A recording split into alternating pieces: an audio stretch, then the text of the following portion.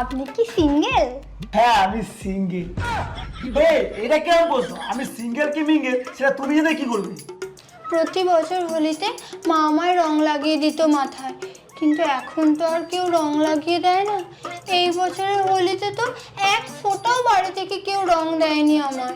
তাই ভাবলাম আপনি এত ভালো মানুষ, যদি আমার মাথায় রং লাগিয়ে দিতেন। আর যদি আপনার বউ বা গার্লফ্রেন্ড থাকতো, সেও তো রাগ করতে পারতো। তাই একবার জিজ্ঞেস করে নিলাম। মাথায় মাথায় আবার কে রং লাগায়?